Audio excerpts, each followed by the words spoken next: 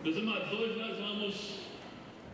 nós vamos continuar a nossa série, que tem como título Santificação, a obra de Deus em minha vida. Nós começamos esse assunto, na verdade esse assunto nós começamos há 2 domingos atrás, mas foi no final da mensagem, e o domingo passado nós começamos uma série que eu chamei de minissérie, porque a proposta seria em 2 mensagens, mas eu já estou vendo que não vai ser só 2 mensagens.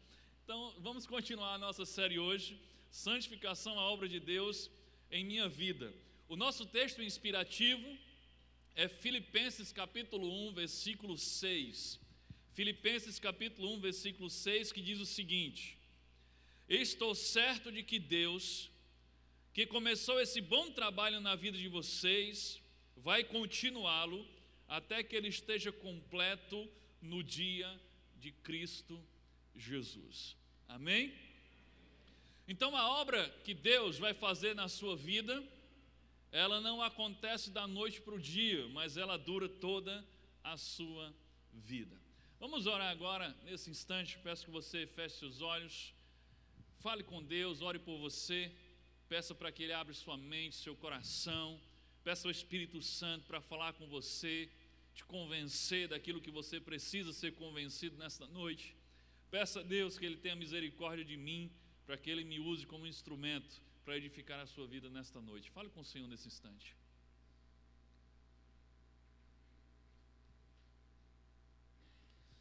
Deus amado, em nome de Jesus, eu quero te agradecer, Deus, por esse tempo tão especial que o Senhor nos presenteia nesse momento. Deus, obrigado pela tua presença, que é certa, viva em nosso meio. Deus, nós queremos consagrar ao Senhor todo esse tempo, queremos ouvir a tua voz, queremos ser ministrados pela tua palavra. Deus, que a nossa mente esteja completamente aberta, receptiva para a tua palavra. Deus, em nome de Jesus, eu peço que o Senhor, pela tua misericórdia, me use, Deus, como instrumento e apenas como instrumento, que as minhas imperfeições e os meus defeitos não sirvam de obstáculos para impedir aquilo que o Senhor quer fazer e falar nesta noite. Deus, em nome de Jesus e pelo poder e autoridade de Jesus, nós repreendemos toda ação do inimigo neste lugar, toda ação de tentar roubar a semente que o Senhor vai semear nesta noite, está repreendido agora em nome de Jesus. Nós consagramos esse tempo ao Senhor e pedimos ao Teu Espírito Santo que seja o nosso professor. É assim que nós te oramos e te agradecemos em nome de Jesus. Amém. Glória a Deus.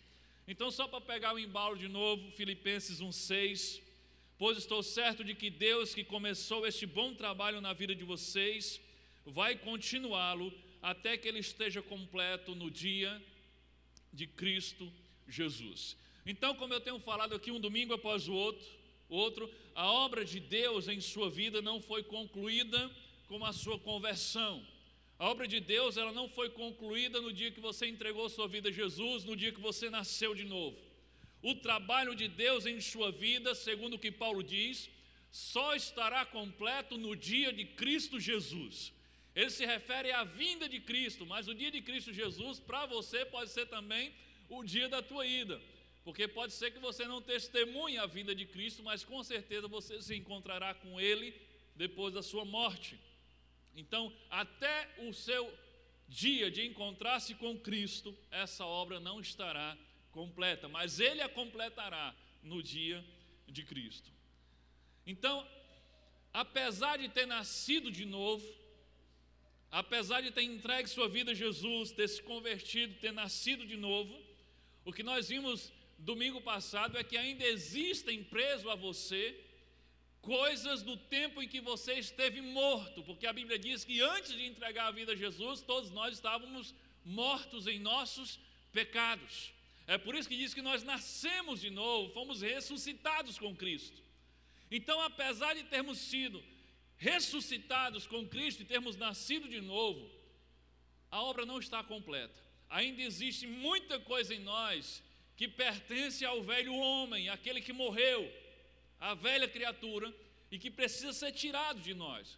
E como ilustração para isso, semana passada eu usei o exemplo de Lázaro. Então, só para relembrar aqui, João 11, 43 e 44, o trechinho da ressurreição de Lázaro que diz assim: e tendo dito isto, clamou com grande voz: Lázaro, sai para fora.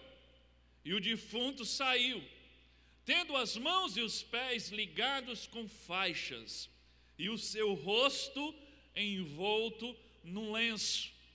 Disse-lhe Jesus: desligai-o e deixai-o ir.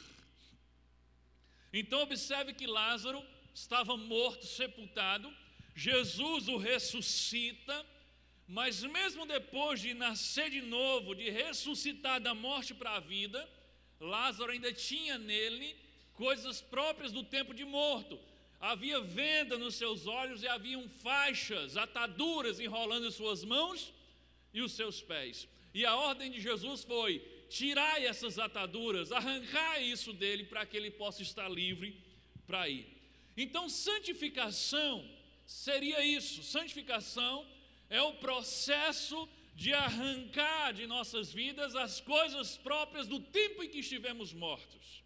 Porque você entregou a sua vida a Jesus, você nasceu de novo, mas o trabalho não está concluído. Ainda existem coisas, e você sabe disso, porque na minha vida também existe. Existem coisas ainda que são do tempo do homem velho, do tempo que estivermos mortos, e que essas coisas precisam ser arrancadas da nossa vida, e esse é o processo de santificação que vai durar toda a nossa vida. Essas coisas podem ser maus hábitos, pecados escondidos, pensamentos, valores corrompidos do tempo que nós tínhamos os valores do mundo. Então, santificação é a obra que Deus está fazendo em sua vida, que começa no dia que você nasceu de novo e vai até o dia em que você se encontrar com Cristo. Amém? Eu quero ler aqui um relato, é uma carta recebida por um pastor, de um membro que estava enfrentando dificuldades com a questão da santificação. Olha só esse relato, não está aí, é só para você se concentrar. Essa carta diz o seguinte, isso é um membro escrevendo uma carta para o pastor: espero que o Senhor possa me ajudar com algumas frustrações que eu carrego. Devo admitir que quando ouço as pessoas falando sobre o seu crescimento espiritual, me sinto de certa forma culpado, pois eles fazem com que tudo pareça tão fácil. No entanto, nunca me senti assim. Às vezes fico me perguntando se sou um verdadeiro cristão, mas no fundo do coração não sinto ser esse o problema. Na verdade, acho que estou cansado de decepcionar a Deus e a mim mesmo. Será que o Senhor poderia dar alguma esperança para alguém que não se sente capaz de viver como um cristão? Será que você, em algum momento, já se sentiu como esse irmão que escreveu essa carta? Frustrado com o crescimento espiritual que não acontece? E você escuta os outros falando sobre crescimento espiritual e parece ser tão fácil para todo mundo, mas para você parece que não funciona. E às vezes você chega a questionar a sua fé: será que eu sou discípulo mesmo? Será que eu sou convertido mesmo? Será que você não está passando por uma situação como essa, em que a santificação parece algo tão distante? Uma das maneiras de nós superarmos esses sentimentos, comuns à maioria, acredito, é entendermos como Deus faz para nos fazer crescer, entendermos o processo que Deus usa nessa grande obra que dura a nossa vida toda. Caso contrário, se nós não entendermos como Deus age, nós não entenderemos como devemos cooperar com Ele, porque aprendemos semana passada que a santificação é uma obra de Deus em nossa vida, mas Ele exige que nós cooperemos com Ele. A nossa parte é simbólica, mas a maior parte é dele, mas Ele exige a nossa participação. Então, se nós compreendermos o agir de Deus e como Ele faz isso, qual o processo que Ele faz para nos transformar em alguém mais parecido com Jesus, então nós vamos cooperar mais com Ele e vamos entender o que está acontecendo e vamos combater esses pensamentos de frustração. Então entenda uma coisa: salvação e justificação aconteceram instantaneamente em um só ato no dia que você entregou sua vida a Jesus. Você não está sendo salvo ao longo da sua vida. Se você entregou sua vida a Jesus, o recebeu como Senhor da sua vida, nasceu de novo, então naquele exato momento, de forma instantânea, completa, você foi salvo e justificado. Justificado significa que você foi tornado justo diante de Deus, porque os teus pecados foram pagos por Cristo e você agora tem Cristo na sua vida. Mas a santificação, ela é um longo processo, e esse processo é cheio de muitos obstáculos, e é isso que às vezes deixa as pessoas frustradas, porque a santificação, ela não acontece de forma instantânea, como a salvação e como a justificação, mas a santificação é um longo processo e cheio de obstáculos.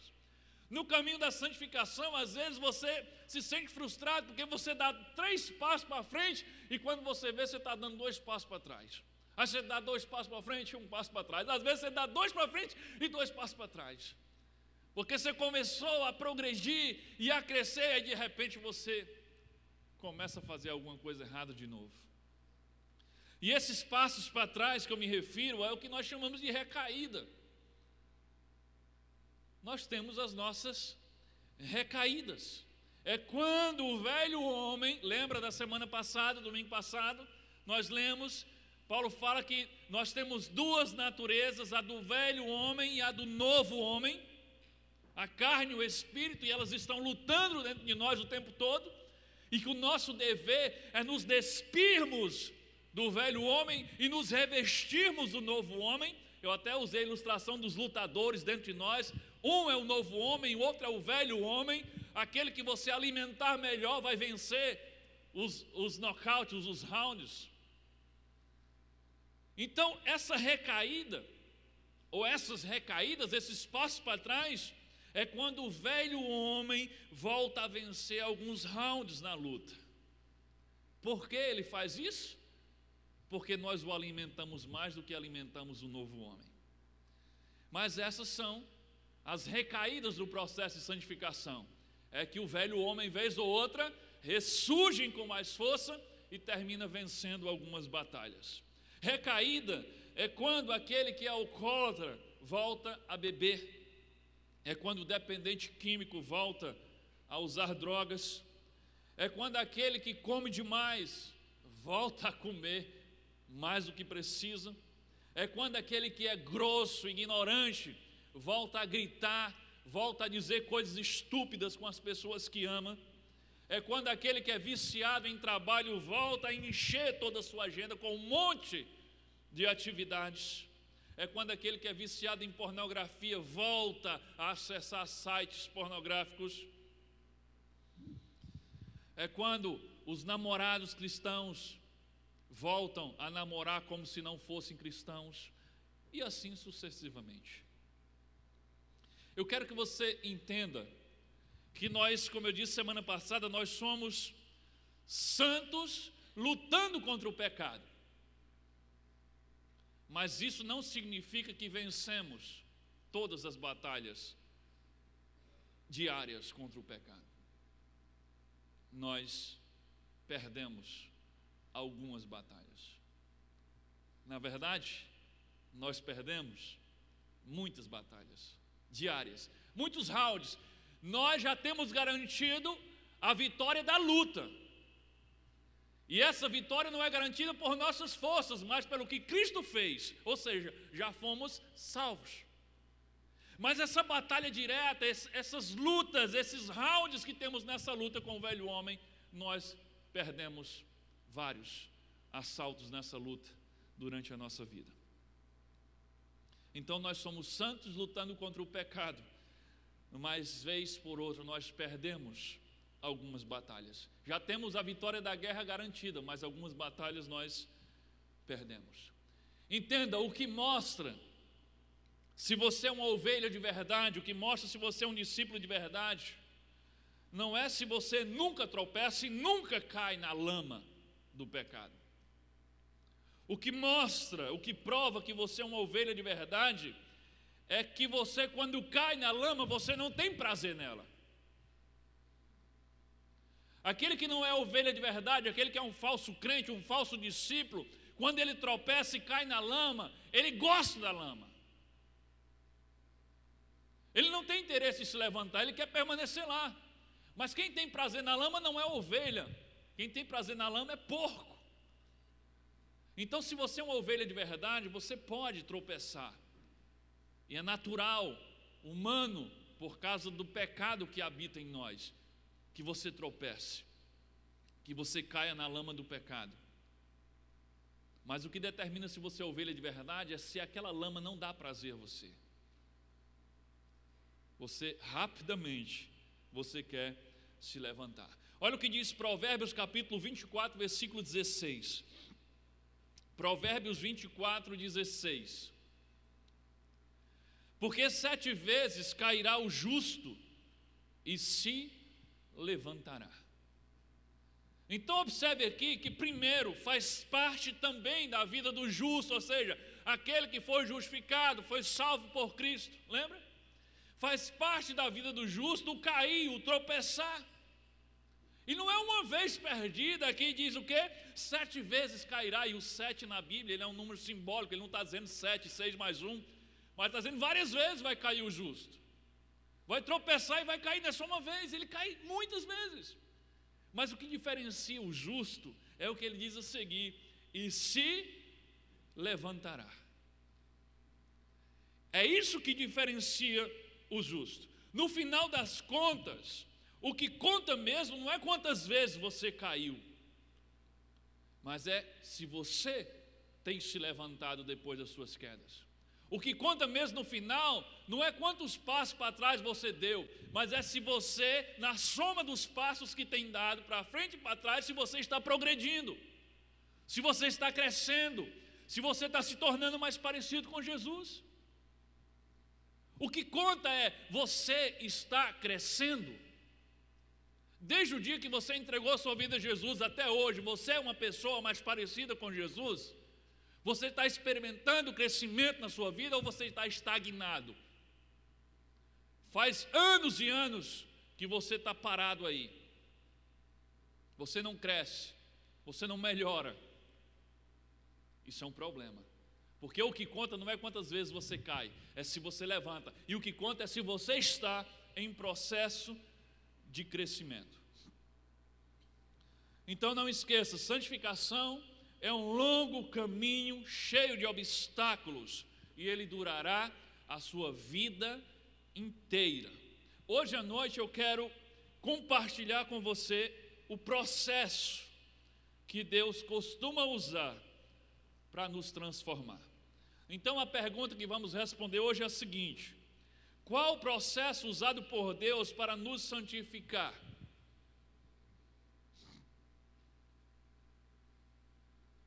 Qual o processo usado por Deus para nos santificar? Complete aí no seu esboço a primeira fase desse processo. A primeira fase do processo de santificação é o desconforto. Complete aí.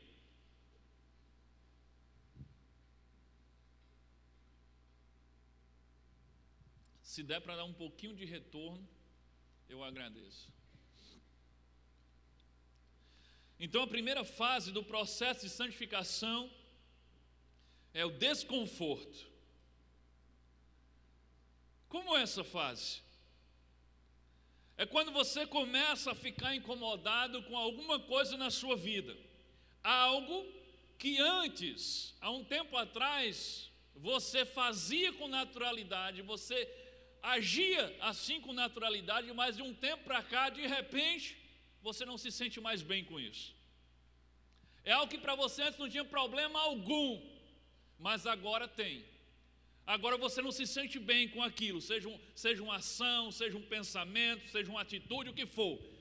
Algo que você fazia com naturalidade agora gera desconforto. Agora você não se sente bem com aquilo. Agora você começa a entender que aquilo está errado. É quando o Espírito Santo começa a fazer a obra dele em você. Se está acontecendo com você, dê glórias a Deus, porque é sinal de que o Espírito Santo está começando a fazer a obra dele na sua vida. É quando nós começamos a ser convencidos pelo Espírito Santo a respeito do nosso pecado. Olha o que diz João capítulo 16, versículos 7 e 8. Jesus falando aí: todavia digo-vos a verdade, que vos convém que eu vá, porque se eu não for, o Consolador não virá a vós, mas quando eu for, vou-lo enviarei, e quando ele vier, convencerá o mundo do pecado e da justiça e do juízo. Jesus está falando aqui que era necessário que ele voltasse para o Pai, porque se ele não fosse, ele não poderia enviar, mas quando eu for, enviarei o Consolador, o Espírito Santo, e ele diz, quando o Espírito Santo vier, ele vai convencer do pecado, da justiça e do juízo. Então qual é a obra do Espírito Santo? Ele nos convence do pecado. É por isso que antes de termos o Espírito Santo, ou antes de darmos ouvido ao Espírito Santo, fazíamos algumas coisas com naturalidade, estava tudo bem, mas aí de repente nós nos convertemos, entregamos nossa vida a Jesus. A Bíblia diz que o Espírito Santo começa a habitar em nós, e de repente a gente começa a ver as coisas diferentes, coisas que antes eu fazia com naturalidade, agora me incomodam, agora causam estranheza, eu não me sinto mais bem com isso. O que está acontecendo comigo? O Espírito Santo está te convencendo a respeito do teu pecado. Esse desconforto pode ser com um mau hábito, pode ser com um relacionamento pecaminoso, pode ser com um pecado de estimação, pode ser com um perdão não liberado, pode ser com a omissão de sua parte em relação a alguma coisa. Mas o fato mais importante é que esse desconforto que você sente, ele vem de Deus, vem do Espírito Santo de Deus. Ele vem de dentro para fora e não de fora para dentro. Ele é uma obra do Espírito Santo em você e não uma obra da religiosidade impondo regras e mandamentos para você, mas é o Espírito Santo que está te convencendo de que o que você está fazendo não está certo e tem que mudar de vida. Porque quando esse desconforto é por obra da religiosidade de um líder, de um pastor, de uma igreja que está no seu pé, te cobrando, te fiscalizando, e você faz para agradar as pessoas, isso não vai muito longe. Você vai mudar algumas coisinhas aparentes, você vai mudar quando tiver alguém olhando, quando o pastor estiver por perto, quando o irmão estiver por perto, mas isso não vai funcionar. Mas quando esse desconforto vem da parte de Deus, convencidos pelo Espírito Santo, mesmo quando você estiver sozinho, você não vai se sentir bem com aquilo, porque Deus está mudando a sua forma de enxergar aquele pecado. Olha só o que diz Deuteronômio capítulo 32, versículo 11 e 12. Do 12 somente a parte A, diz assim: como a águia desperta o seu ninho, adeja sobre os seus filhos, e estendendo as suas asas, toma-os e os leva sobre as suas asas, assim o Senhor o guiou. O que o texto está comparando aqui é que a forma como Deus guia o seu servo, Deus conduz o seu servo, é semelhante ao que a águia faz com os seus filhotes. Eu lembro que eu já falei disso aqui em outras oportunidades, mas cabe aqui. A águia, quando ela tem o seu ninho, normalmente alto, onde não existe presença humana, então os filhotes da águia estão no seu ninho e todos os dias ela traz alimento para o seu filhotinho. Mas aquele filhote começa a crescer, ele cria penas e ele fica pronto para voar, mas ele normalmente não tem a atitude, a iniciativa de querer voar, porque ele está muito acostumado no conforto do seu ninho e com a mamãe trazendo comidinha no biquinho todo dia. Então, no processo natural de crescimento, o que é que a águia faz com o seu filhote? Ela começa a desfazer o ninho. Ela começa a arrancar as partes do ninho até que fica apenas aqueles galhos duros. ela vai desfazendo o ninho e acabando o conforto do ninho para forçar o seu filhote a querer voar. Então essa é a primeira coisa que ela faz, ela desfaz o ninho. Ela torna o ninho desconfortável, porque se ela não fizer isso, se ela não causar desconforto ao seu filhote, ele não vai querer crescer, voar e ser uma águia adulta. Ele vai querer ficar lá no ninho o tempo todo recebendo a comidinha no bico, mas a mamãe águia não quer isso para o seu filhote. Então, para o bem dele, ela produz nele o quê? Desconforto. Ela destrói o seu ninho, causa desconforto para forçá-lo a ter uma atitude, uma iniciativa em direção ao crescimento. Então, se você se sente inquieto, se você se sente desconfortável com a sua situação atual, parabéns, Deus está desfazendo o seu ninho, Ele está preparando você para o processo de santificação e de crescimento. A parte triste é que a maioria das pessoas, ou grande parte das pessoas, elas não passam dessa fase apenas por causa do desconforto. Elas são como o filhote de águia que insiste em permanecer no ninho mesmo estando desconfortável. O ninho está sendo destruído, você não se sente bem, você sabe que tem alguma coisa errada, que precisa tomar uma atitude, que precisa permitir o agir de Deus nessa área da tua vida, mas você vai se acomodando e vai se acostumando com o desconforto e vai mentindo para você mesmo e vai convencendo você do contrário daquilo que o Espírito Santo já te convenceu. E você termina não fazendo nada a respeito do assunto, mesmo estando desconfortável com isso. Sabem que algo não está indo bem, mas nunca estão dispostos a dar o primeiro passo em direção à mudança. Insistem em ficar no ninho, mesmo depois que o ninho é desfeito. E aí Deus precisa, por amor que Ele tem a você, Ele precisa mover você para a fase 2. E sabe qual é a fase 2 do processo de santificação? Anote aí. A segunda fase no processo de santificação é a crise.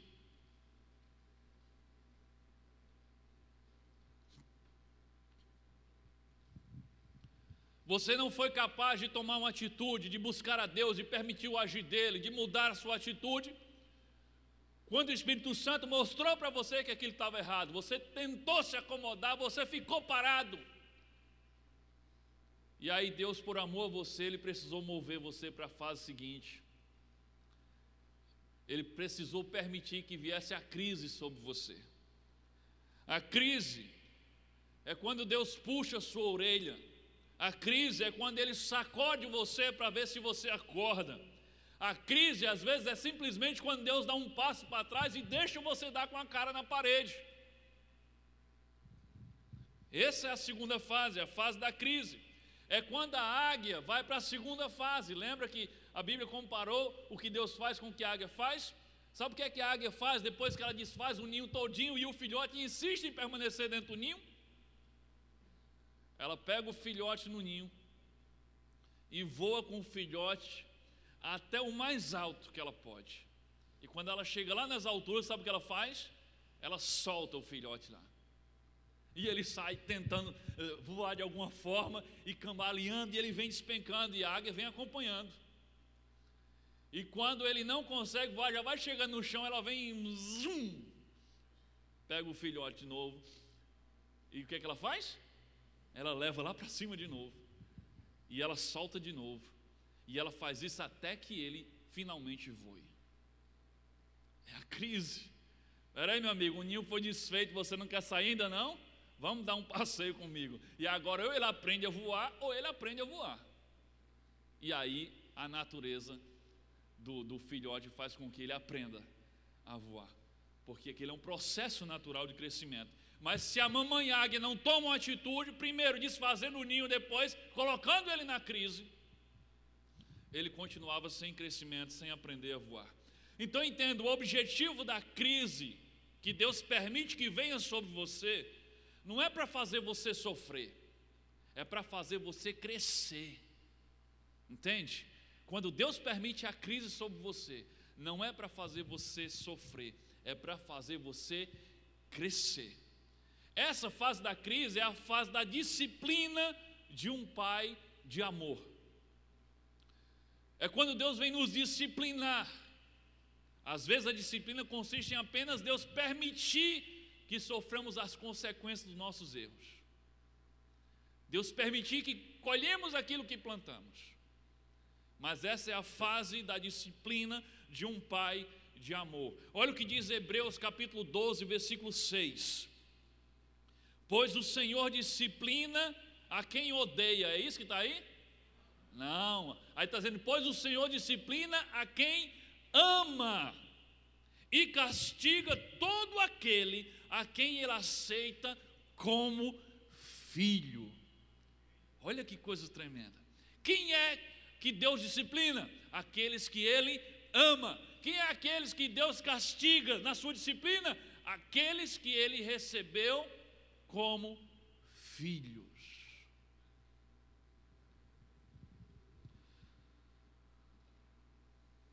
Somente aqueles que não são filhos de Deus ficam sem disciplinas diante dos seus erros. Entenda isso. Você disciplina o filho dos outros? Certamente que não. O pessoal está com dificuldade de disciplinar até os próprios filhos, imagina o filho dos outros. Mas se você tem o seu juízo normal, você não vai sair por aí disciplinando o filho dos outros. O seu papel é disciplinar os seus filhos, e Deus também não sai disciplinando o filho dos outros. Aqui está dizendo que ele disciplina e ele corrige aqueles que ele recebeu como filho. Então deixa eu dizer uma coisa para você. Quando você vê alguém pecando, errando, se lambuzando no pecado e não sofrendo nenhum tipo de disciplina, não tem inveja dele não. Sabe por quê? Ele não tem disciplina porque ele não tem pai. Ele não tem disciplina porque ele não tem o pai que você tem. Porque o pai dele não o ama. Mas aqueles que Deus o recebeu como filhos, esse ele disciplina, e disciplina porque ele ama. E o que é a disciplina? A disciplina é quando o pai permite ao filho passar por um sofrimento menor, controlado e supervisionado, a fim de evitar que no futuro ele passe por um sofrimento muito maior. É isso que a águia fez com o seu filhote. O sofrimento e o pânico que ela causou no seu filhote foi controlado e supervisionado. Ela estava acompanhando o filhote. Ela não jogou ele e foi-se embora, não. Então disciplina é isso, é incidir ou permitir um sofrimento menor, controlado e supervisionado sobre seus filhos, para evitar que no futuro eles passem por um sofrimento muito maior e sem controle. É isso também que Deus faz conosco. Ora, é muito melhor você levar uma surra de um pai que te ama, que sabe a hora de parar e até onde bater e como bater, do que você crescer e levar uma surra de um estranho que odeia você. É muito melhor você ficar preso uma semana de castigo em casa, de um pai de amor que faz isso com você, do que quando você crescer, você passar 10 anos preso numa penitenciária, porque não aprendeu a ser homem e não aprendeu a ter caráter. É muito melhor você ter uma vida de privações, com perseguições, sofrimentos e dificuldades aqui nessa terra, do que você passar uma eternidade inteira queimando no inferno distante de Deus. Então entenda, quando Deus permite que você passe por situações complicadas nessa terra, é um pequeno sofrimento controlado e supervisionado, para evitar que você passe um grande sofrimento no outro lado da eternidade. Olha o que diz Provérbios capítulo 20, versículo 30. Um castigo severo, que nos deixa com muitas dores, ajuda a vencer o mal e limpar a mente do pecado. Olha o que a disciplina faz aí. Ajuda a vencer o mal e a limpar a mente do pecado. Olha o que diz Salmo 119, versículos 67 e 71. Antes de me castigares, eu andava errado, mas agora obedeço a tua palavra.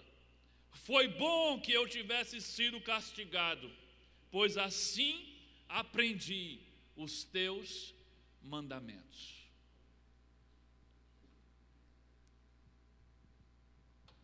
Então olha para que é que serve a disciplina do Senhor. Para nos fazer crescer. Olha só o que diz Malaquias, capítulo 3, versículo 2 e 3. Aqui ele compara a disciplina do Senhor com uma outra situação, não mais com a águia. Malaquias 3, 2 e 3 diz assim: porque ele será como o fogo do ourives. Ele quem? Deus. Como o fogo do ourives e como o sabão dos lavadeiros, e assentar-se-á como fundidor e purificador de prata, e purificará os filhos de Levi, e os refinará como ouro e como prata. Então ao Senhor trarão oferta em justiça. Olha o que o texto está dizendo, que Deus vai purificar o seu povo, assim como o ourives purifica o ouro e a prata. Para quê? Para que finalmente eles possam trazer ao Senhor uma oferta de justiça, para que finalmente eles possam estar dignos de entrar na presença do Senhor. Então por que Deus vai incidir disciplina sobre eles? A fim de que eles possam estar adequados para entrar na presença do Senhor. E como é que o ourives purifica o ouro? Não é com água gelada não, é com fogo. O ouro é exposto ao fogo para queimar suas impurezas. Mas entenda, o ourives nunca deixa o ouro só no fogo. Lembra que eu falei sobre disciplina? Ela é controlada e supervisionada. Assim como a águia acompanha e supervisiona a crise que ela submete ao seu filhote, o ourives, quando coloca o ouro no fogo, ele não sai para fazer outra coisa. Ele fica de olho no ouro. Observe que o texto diz que ele assentar-se-á, ele vai se sentar diante do ouro e do fogo para purificar os seus filhos. É assim que o ourives faz. Ele coloca lá o ouro no fogo e ele fica pastorando aquele ouro no fogo. Os de hoje eles usam maçarico. E ele fica lá, ele não pode sair para fazer outra coisa, porque passa do ponto. Ele tem que ficar lá e olhando para o ouro. E sabe quando é que o ourives sabe que o ouro está purificado das suas impurezas? Quando o ouro começa a refletir a imagem do ourives que está diante dele. Você entende por que é que ele compara o agir de Deus para nos purificar com o ourives? Porque quando é que a provação, quando é que a crise alcançou e a disciplina alcançou o seu objetivo? Quando nós começarmos a ser purificados ao ponto de começarmos a refletir Cristo em nós e através das nossas vidas. Então ele faz conosco, assim como o ourives faz com o ouro, nos purifica no fogo, e fogo não é fácil, mas ele serve para nos purificar, e ele está conosco quando estivermos no fogo. Então essa fase da crise é quando Deus nos coloca no fogo, é quando Ele permite que a dor fique tão forte que você não pode mais ignorar. Talvez seja diversas coisas, pode ser de repente você perdeu o emprego, de repente sofreu um acidente, não que Deus provocou isso, mas Ele permitiu, Ele dá um passo atrás. De repente você adoece, de repente o teu cônjuge não aguenta mais você e vai embora, de repente é teu patrão que mandou você embora, de repente são os teus credores a quem você não paga, que estão ameaçando você de morte. A mentira é descoberta, a fraude é revelada, a máscara cai, você é envergonhado diante de todo mundo. A crise é quando o chão desaba debaixo dos seus pés. É quando o problema começa a gritar para você: ei, eu sou um problema, faça alguma coisa. Porque até então você estava ignorando que tinha um problema, você estava mentindo para você, o Espírito Santo dizendo: você tem um problema, e você dizendo: eu não tenho um problema.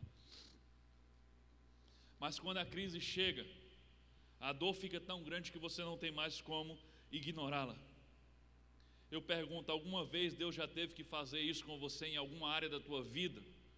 Você insistia em não permitir o agir dele até que uma crise chegou e tudo desabou, e aí finalmente você diz: sim, Deus, agora pode consertar, pode trabalhar em mim, eu quero mudança. Por que é que Deus faz isso? Por que é que Ele permite que passemos ou sintamos dores tão fortes? Porque o único tempo em que Deus tem atenção de algumas pessoas é quando elas estão em crise. Eu costumo dizer, e disse hoje de manhã lá na classe Conexão, que a dor é o megafone de Deus. A dor é o megafone de Deus.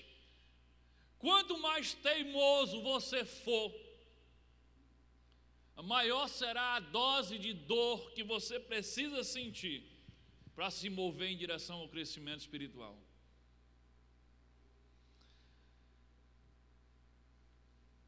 Se você aprende a se mover quando o seu ninho começa a ser desfeito, se você aprende a se mover no desconforto, que é a primeira fase, então não há necessidade de você entrar na crise. Mas nós somos tão teimosos que quase que é uma regra, nós só começamos a levar a sério a transformação em alguma área da nossa vida quando a crise chega. E Deus ama tanto você, e Ele quer tanto fazer você crescer, que Ele vai permitir que a crise venha sobre você, assim como a águia permitiu que viesse sobre o seu filhote, e assim como o ourives permitiu que o fogo viesse sobre o ouro, porque Ele quer purificar você, porque quanto mais puro, mais perto dEle você vai estar. Amém? A terceira fase nesse processo de santificação é a decisão. Você está em crise, agora a dor é mais forte do que o seu medo da mudança, agora você tem que fazer alguma coisa, você está diante de uma situação que não pode ficar sem uma postura, e agora é a fase da decisão. Esse é um ponto de mudança, porque você tem que decidir, ou você vai em frente, ou você joga tudo para o ar. Ou você vai se render diante dos espinhos e das pedras que estão impedindo a plantinha de crescer, ou você vai superar isso e vai crescer e vai dar frutos. Essa é uma fase de decisão. Você tem que decidir: eu vou negar o problema ou vou encarar esse problema? Eu vou assumir a responsabilidade desse problema ou eu vou ficar botando a culpa nos outros? Eu vou acordar para a realidade ou vou viver negando os fatos? Eu vou começar a cooperar com Deus ou vou recuar para uma vida de derrota? O mundo, ele vai te dar muitas escolhas, muitas opções para você negar o seu problema, para você continuar fugindo do seu problema. Você pode se entupir de remédios, você pode usar drogas, você pode se embriagar, você pode ficar deprimido e colocar a culpa nos outros, você pode tirar a sua própria vida. O mundo vai te dar muitas opções para você fugir do seu problema. Há muitas maneiras de se esconder e de recuar, mas a escolha é sua. Encare ou fuja, você precisa tomar uma decisão. Então, se você está vivendo a crise agora, entenda, o próximo passo agora é: você precisa tomar uma decisão. Você vai continuar fingindo que não tem problema, você vai botar a culpa nos outros, você vai tentar se embriagar, usar drogas, se matar, você vai fazer isso? Ou você vai buscar a Deus e cooperar com Deus para Ele transformar e restaurar a sua vida? E agora você vai para a quarta fase. Deus vai levar você para a quarta fase, se a sua decisão é cooperar com Deus. E a quarta fase no processo de santificação é a fase do entendimento.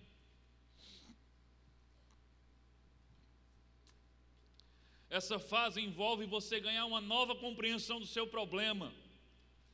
Essa é aquela fase que dá aquele estalo. Ah, então esse é o meu problema. Agora eu estou entendendo qual é o meu problema. Agora eu entendo o que é que eu preciso fazer para resolver esse meu problema. Romanos 12:2, que você já conhece, diz: transformai-vos pela renovação da vossa mente. Aqui você começa a ganhar um novo entendimento. A verdade é que você não pode mudar de forma consistente as suas ações se você primeiro não mudar a sua forma de pensar. Nesse estágio você precisa mudar a sua compreensão. Você muda a forma como você vê o problema. Nessa fase você muda a forma como você vê a si mesmo. Nessa fase você muda a forma como você vê os outros. E você muda a forma como você vê a Deus. Você começa a ver as coisas mais claramente. Você começa a compreender o que realmente é o seu problema. Você começa a entender o que é necessário para mudar.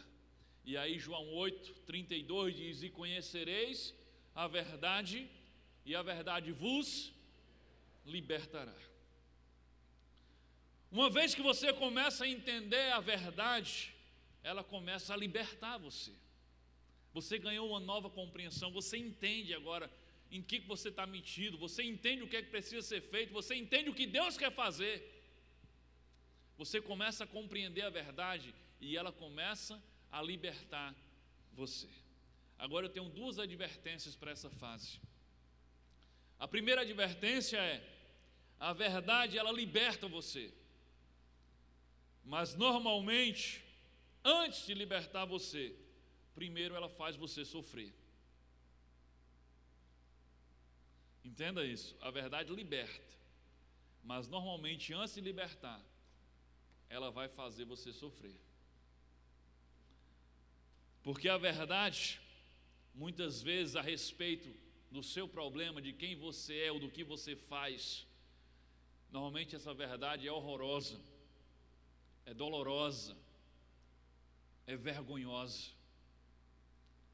Então antes de livrar você, de libertar você, ela vai fazer você sofrer. É como você está com uma ferida aberta, inflamada, infeccionada, e você vai para o médico. Antes dela sarar, ela vai doer mais, porque chegar lá eles vão mexer, eles vão limpar, eles vão raspar, eles vão costurar, e tudo aquilo vai trazer muito sofrimento, mas depois vai trazer cura. Deus não cura botando o lixo para debaixo do tapete, Ele expõe o lixo. A verdade ela liberta, mas antes ela dá uma pancada na sua cabeça. Segunda advertência: conhecer a verdade é uma coisa, praticar a verdade é outra coisa. Muitas pessoas cometem esse erro aqui nessa fase. Agora que eu sei qual é o meu problema, agora que eu sei o que é que eu tenho que fazer, agora que eu sei o que Deus quer fazer, então todos os meus problemas estão resolvidos. Isso acontece todos os domingos aqui na igreja. Você vem para o culto, por exemplo, escuta uma mensagem como domingo passado sobre perdão, e aí você sai daqui dizendo: o culto foi uma bênção, que mensagem maravilhosa, Deus falou comigo, agora eu entendo o que é perdão, agora eu sei como liberar perdão, agora eu sei que eu preciso liberar perdão, glória a Deus, obrigado Senhor. Agora eu pergunto, de domingo para cá, o que é que você fez a respeito disso? De domingo para cá, você procurou a pessoa para liberar perdão, para pedir perdão. Você está tratando bem a pessoa que você não tinha relacionamento, você se reconciliou, você fez alguma coisa? Não. Então você caiu nesse erro. Agora que eu sei, já resolvi. Não. Conhecer a verdade é uma coisa, praticar a verdade é outra coisa. As pessoas fazem isso todos os domingos.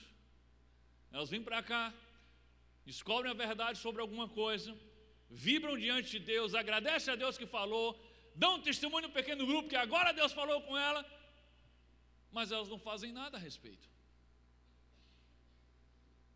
Então não basta só descobrir a verdade, você precisa praticar a verdade. Você precisa viver a verdade. Muitas pessoas ficam afundadas, atoladas nessa fase. Elas sabem o que fazer, mas elas não fazem absolutamente nada. Portanto, você precisa se mover para a próxima fase. E qual é a próxima fase? A fase 5 no processo de santificação é a fase das ações. Você passou pela fase do entendimento, agora você chega na fase das ações.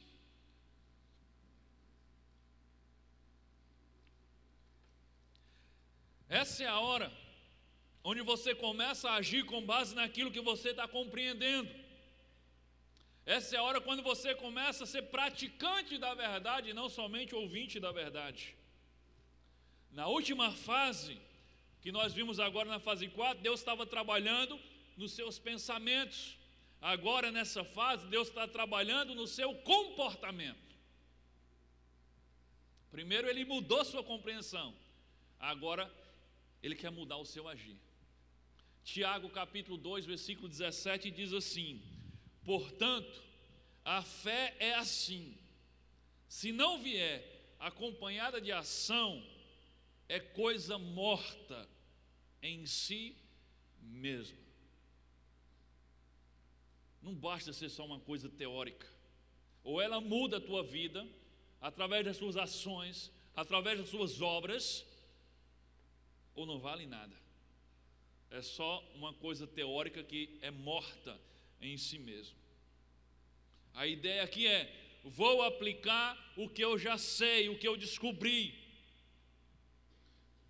Sabe como é que a Bíblia chama isso? Arrependimento.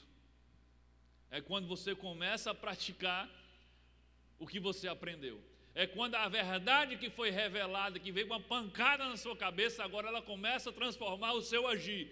Isso a Bíblia chama de arrependimento. Arrependimento não significa se sentir mal por alguma coisa errada que você fez. Arrependimento é abandonar a prática do pecado, é agir conforme a verdade que você agora aprendeu. O problema é que é mais fácil chorar do que mudar, não é verdade? É mais fácil lamentar do que mudar. E aí as pessoas escolhem lamentar e chorar do que mudar. Mas arrependimento não é remorso. Arrependimento é mudança de direção, transformação de vida. Nessa fase, você precisa ter cuidado com um sentimento. Qual é o sentimento que você tem que ter cuidado nessa fase? É o sentimento de frustração. Por quê? A frustração acontece porque você olha para toda a sua trajetória e você descobre que ainda está muito distante de chegar onde você deveria chegar, em crescimento, em transformação e em santidade. E aí você começa a ficar frustrado, mas ainda falta tanta coisa, eu ainda estou tão longe de chegar onde Deus quer que eu chegue. Agora não esqueça, não olhe só para onde você ainda tem que chegar. É importante você olhar para isso, mas olhe também aonde você estava. Você ainda não chegou onde Deus quer que você chegue, até porque você só vai chegar lá no dia de Cristo Jesus. Agora preste atenção, olhe de onde você saiu. Festeje, celebre o crescimento alcançado até aqui, para que você não se frustre olhando apenas para o tanto que falta, mas olhe para o tanto que você já andou. Olha para a obra que Deus já fez, olha para o que Deus já transformou, celebre isso, mas também não se conforme com isso não. já está bom demais até aqui. Não se frustre ao olhar o que falta, mas também não se acomode ao celebrar o que já passou. Tenha um equilíbrio. Eu tenho que ter em vista o tanto que falta, mas eu tenho que estar sempre olhando para o tanto que já andei, porque isso aqui me anima a continuar em busca daquele lá. Então cuidado com a frustração. Se ela vier, olhe o tanto que Deus já fez. Às vezes já atendi pessoas assim, que eles estão completamente frustrados porque não conseguem haver transformação em uma área da vida dele, mas ele esqueceu um monte de áreas que Deus já transformou. E aí eu faço ele lembrar de tudo, e quando ele lembra de tudo, aí ele ganha forças para deixar Deus agir e transformar essa área que estava empancada na vida dele faz tempo. Então cuidado com a frustração. No caminho da santificação, é importante você celebrar cada passo em direção ao seu alvo. É um dia de cada vez. É como nos grupos de recuperação. É um dia de cada vez. Deus não vai te dar forças para vencer um ano de lutas, porque você não vive um ano de uma vez. Deus vai te dar a força para vencer a luta de um dia, porque você vive um dia de cada vez. Então, se você tem uma área na sua vida que tem tropeçado e que tem caído constantemente, que não há transformação, então você amanhece o dia e você diz assim para Deus: Deus, apenas por hoje me dá forças para vencer. Você só precisa da força para um dia, porque você só luta um dia de cada vez. E aí no final do dia você volta para Deus e diz: Deus, muito obrigado, porque o Senhor me fez vencer hoje. E amanhã começa tudo de novo. E no dia que você fraquejar e tropeçar, no final do dia você diz: Deus, me perdoe, porque hoje eu tropecei. E amanhã começa tudo de novo. Deus, somente por hoje, forças para vencer hoje, porque você vive um dia de cada vez. Lembra da oração do Pai Nosso? É o pão do mês inteiro me dá hoje? Não, o pão nosso de cada dia. Sabe o que Jesus está ensinando ali? Aprender a depender de Deus todos os dias. Um dia de cada vez. Celebre cada passo dado em direção ao seu alvo, cada triunfo. Celebre, agradeça a Deus, reconheça que é obra dele e comece amanhã de novo. E quando cair, lembre: o justo cairá 7 vezes, mas se levantará. Se você caiu na lama e está pensando em ficar lá, isso é pensamento de porco, isso não é pensamento de ovelha.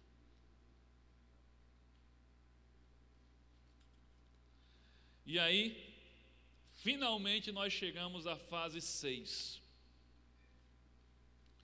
E qual é a fase 6? É o pacto ou compromisso de permanecer.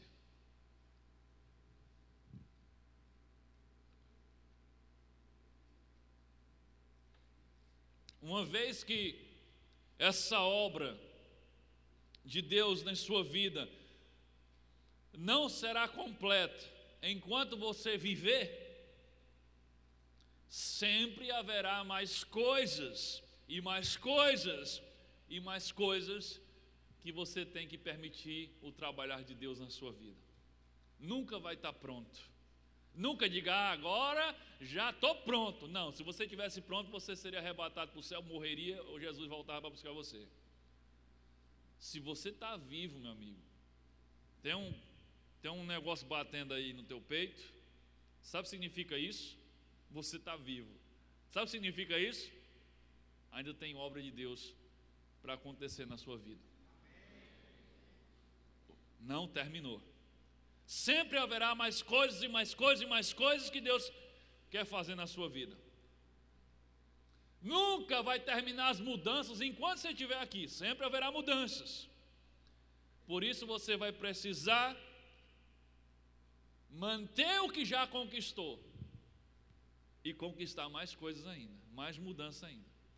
Não adianta você, mudou essa área, Deus permitiu que Deus trabalhasse essa área, você foi transformado. Agora me concentrei nessa, essa aqui desandou de novo. Não, mantenha essa daqui e agora vamos para a próxima. Sempre haverá coisas, sempre haverá áreas da sua vida que Deus quer mudar. Nunca chegará ao ponto que você vai parar de sentir o desconforto do Espírito Santo e a dor das mudanças. Até hoje o Espírito Santo me surpreende com coisas que ele diz: opa, isso aqui não está certo. Ele diz: rapaz, como é que eu não tinha pensado nisso? Sabe, esse desconforto não vem todo de uma vez, mas à medida que você vai se colocando diante do Senhor e pedindo a Ele que guie a sua vida, Ele vai cada vez mais incomodando você em áreas que antes Ele não incomodava, porque você não tinha dado liberdade para Ele. Então todos os dias você vai ter o desconforto do Espírito Santo falando com você, dizendo que está errado, coisas que antes você nem imaginava que estava. É por isso que às vezes Deus cobra algumas coisas de um, mas não cobra de outros. É porque eles estão em estágios diferentes de santificação e de crescimento. Aqueles que estão, sabe, buscando e permitindo o agir de Deus, Deus começa a falar muito mais. E eles estão lá na frente. E você diz: eu não entendo, isso aí não tem nada a ver. Mas aquele já está lá na frente, o Espírito Santo já está muito mais sensível ao Espírito Santo. Nunca vai haver um tempo em que você vai parar de ter o desconforto provocado pelo Espírito Santo, onde Ele diz que algo está errado que antes você achava que não estava. Nessa fase, cuidado com um outro sentimento, cuidado com o desencorajamento. É quando as pessoas olham e dizem assim: poxa, mas esse negócio não acaba nunca. Não, enquanto vida você tiver, você está nesse processo. Essa é a razão pela qual você precisa se comprometer com a continuidade do processo de mudança, de transformação e de santificação. É necessário mais do que um desejo de mudar, é necessário um compromisso com Deus para a mudança. Agora deixa eu dizer algo muito importante. Sabe por que muitas pessoas falham na hora de permitir transformação nas suas vidas, ou grandes transformações em suas vidas? Porque elas muitas vezes tentam fazer isso por causa de outras pessoas.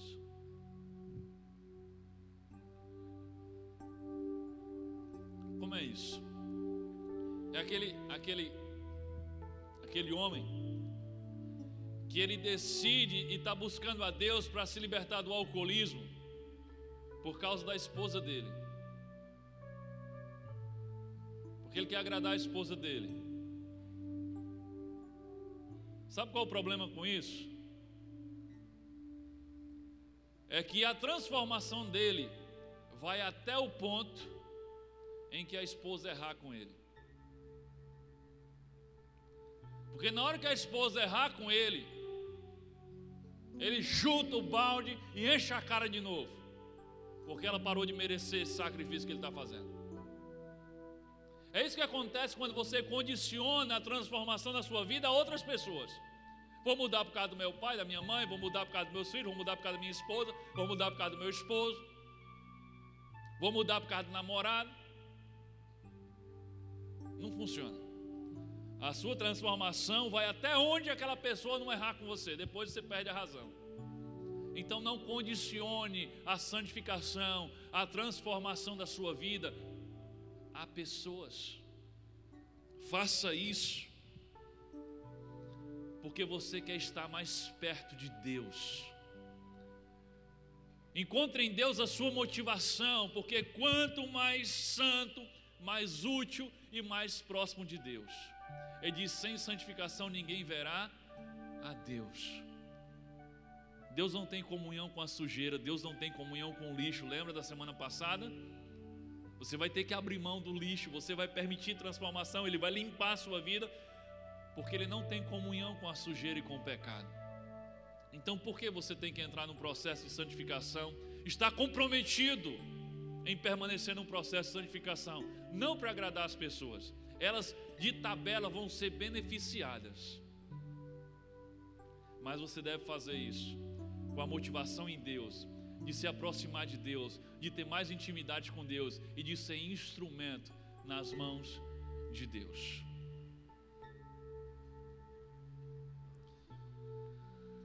Lembre-se, se Deus permitiu que você passe por uma situação de desconforto ou crise, é porque Ele quer que você mude.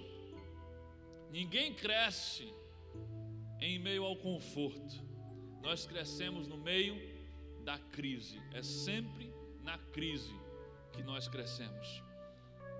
Se você está vivendo uma crise, Deus está desfazendo o seu ninho para te ensinar a voar mais alto.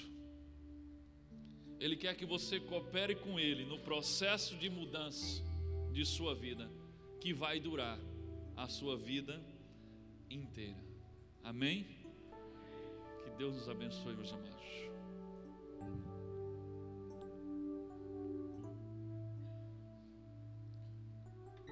Deixa eu dizer mais algo mais. Eu estava compartilhando isso hoje de manhã. Coincidente, os assuntos ficaram muito parecidos na classe Conexão e com a mensagem de hoje. Mas quando Deus coloca você no fogo, quando Ele permite a crise vir sobre você, quando você está passando pela dor, sofrendo, chorando, Deus não está se divertindo com isso. Por que é que um pai disciplina um filho? Porque ele gosta de bater no filho? Não. Ele faz isso porque ele quer corrigir o filho, porque ele ama o filho. E como eu estava dizendo hoje na classe Conexão, a razão pela qual Deus permite que a dor venha sobre nós é a mesma razão pela qual um pai ou uma mãe segura o seu filho lá no hospital para tomar uma injeção. O filho está chorando, aquilo está doendo, ele não está entendendo, mas você segura ele. Por quê? Porque você sabe que ele precisa daquilo para o bem dele e porque você o ama. Estava compartilhando, acho que eu já compartilhei isso não só na classe Conexão, mas quando Miqueias era bem pequeno, para quem não sabe, Miqueias é o meu filho mais novo, hoje tem 7 anos. Mas quando ele era bem pequeno, ele teve um problema de saúde meio sério. Ele chegou no hospital quase desmaiado, desidratado completamente. E ele tinha, as veias dele é muito difícil de se pegar.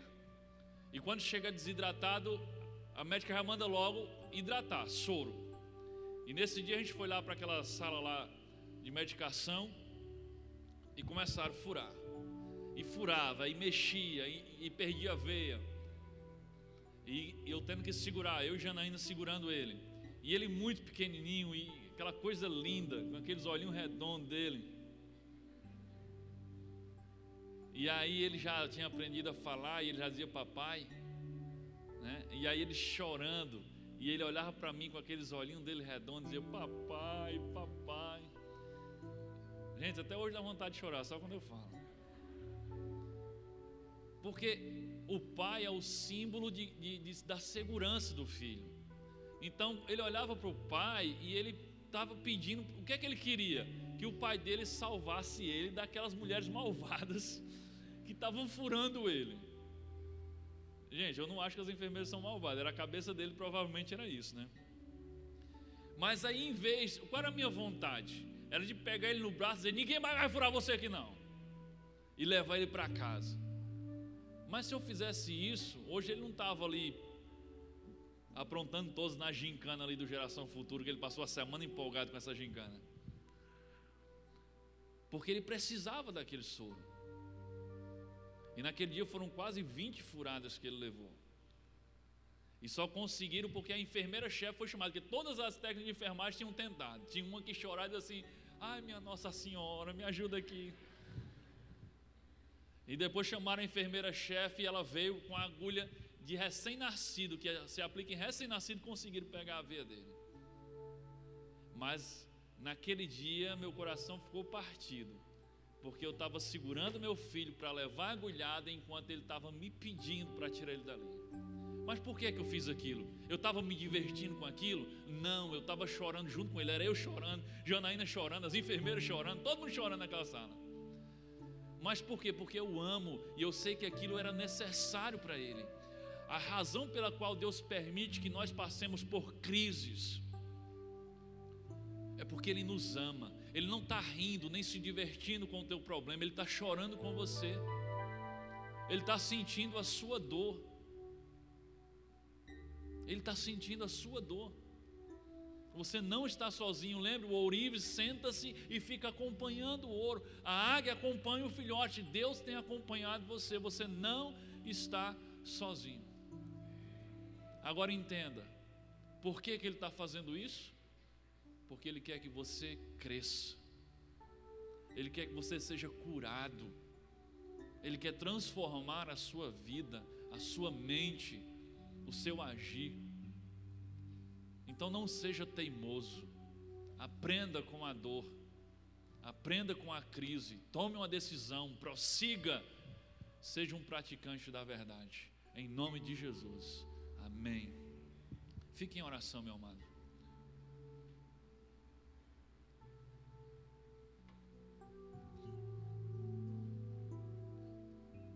Meu amado, eu quero falar com você que está aqui hoje, que ainda não é discípulo de Jesus. Eu falei hoje sobre o processo que acontece logo depois que nós entregamos nossa vida a Jesus, o recebemos como nosso Senhor e nos tornamos seus discípulos. Mas esse processo ele não vai acontecer em você, se você primeiro não entregar a sua vida a Jesus e receber o Espírito Santo para morar em você. Entenda, qualquer mudança que você tentar fazer em sua vida, apenas baseado na sua própria força de vontade, ela não vai muito longe. Não vai muito longe. Você precisa de um poder maior do que a sua vontade. Você precisa de um poder maior do que a sua força. Você precisa do poder de Deus na sua vida. Você precisa da presença do Espírito Santo em você. Ele é que vai te convencer do pecado. Ele é que vai causar o desconforto e a transformação na sua vida. Ele é o consolador que Jesus enviou, mas Ele habita na vida daqueles que têm Jesus como seu Senhor. Era assim, se você ler a história lá da igreja primitiva em Atos, quando os apóstolos pregavam para alguém, esse alguém se convertia, eles diziam, e então o Espírito Santo desceu sobre eles. O Espírito Santo não habita em quem não tem Jesus como seu Senhor, em quem não fez um compromisso com Cristo e o recebeu como seu Senhor. Então, se você quer entrar num processo de santificação, de transformação, o primeiro passo, você precisa reconhecer que é pecador e receber Jesus como Senhor da sua vida. O que significa reconhecer que sou pecador? Reconhecer que a minha vida está fora de controle, reconhecer que eu não posso mudar a mim mesmo, reconhecer que eu preciso de Deus na minha vida. E aí eu convido Jesus para entrar e ser o meu Senhor. E sabe o que acontece quando você faz isso de todo o seu coração?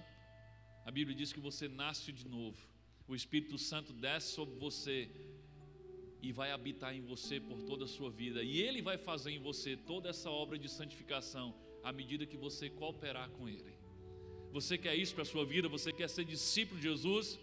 Eu não estou falando de religiosidade, eu não estou falando de ser batista. Eu estou falando de ser discípulo, de ter um compromisso com Cristo, de viver para Ele, viver para obedecê-lo, viver para agradá-lo. É deixar de viver para si mesmo. Ele diz, aquele que quiser vir após mim, aquele que quiser me seguir, negue-se a si mesmo, tome sua cruz e siga-me. Não é chamar Jesus para me tornar rico, não é chamar Jesus para resolver os meus problemas, pagar as minhas dívidas, não. É chamar Jesus para ser o meu Senhor. Não é Ele que vai viver para mim, sou eu que vou viver para Ele. Mas deixa eu dizer uma coisa para você, não existe nada neste mundo que te dê mais satisfação do que viver para Jesus, do que estar no centro da vontade de Deus. Se você quer receber Jesus como teu Senhor, se você quer convidá-lo para entrar na sua vida, fazer um compromisso de vida com Ele e segui-lo, então onde você está, feche os seus olhos. Eu vou te conduzir numa oração para que você possa fazer isso. Essa oração não vai tornar você membro da Igreja Batista, tá? Essa oração vai tornar você discípulo de Jesus. Então feche seus olhos onde você está e ora ao Senhor assim. Pode ser só em pensamento, mas tem que ser de todo o teu coração. Só faz isso se realmente o Espírito Santo está dizendo para você fazer. Ele já está causando um desconforto aí em você. Ele já convenceu você do teu pecado e da necessidade de entregar a sua vida a Ele. Então, se você está ouvindo isso do Espírito Santo, se você está sentindo o coração arder de desejo de entregar a sua vida a Jesus e de viver um relacionamento com Ele, de conhecê-lo, então faça essa oração. Diga assim: Senhor Deus, em nome do Senhor Jesus Cristo, eu reconheço que sou pecador, eu reconheço que a minha vida está fora de controle, eu reconheço que eu preciso do Senhor na minha vida. Me perdoa, Senhor, pelos meus pecados, perdoa-me pelas minhas faltas, perdoa-me por todo o tempo em que eu vivi para mim mesmo, de acordo com a minha vontade, sem considerar a Tua vontade para mim. Hoje eu ouvi a Tua palavra, hoje eu fui tocado pela Tua palavra, e hoje eu decido abrir a minha vida para o Senhor. Entra no meu coração, entra na minha vida, seja o meu Senhor e o meu Salvador. Implanta no meu coração os Teus valores, me transforma de dentro para fora, muda a minha mente, me faz enxergar as coisas com os Teus olhos, me faz ver as coisas pelo Teu ponto de vista, me faz gostar das coisas que o Senhor gosta, me faz ser atraído pelo que Te atrai. Tira de mim, Deus, tudo que não Te agrada e me dá forças para rejeitar tudo que o Senhor reprova. É em nome de Jesus Cristo, aquele que morreu e ressuscitou, que eu Te entrego a minha vida, Deus. Amém. E louvado seja o nome do Senhor. Se você fez essa oração de todo o teu coração, movido pelo Espírito Santo de Deus, então você acaba de dar o primeiro passo, o mais importante, mas o primeiro passo. Agora você precisa dar prosseguimento. Lembra?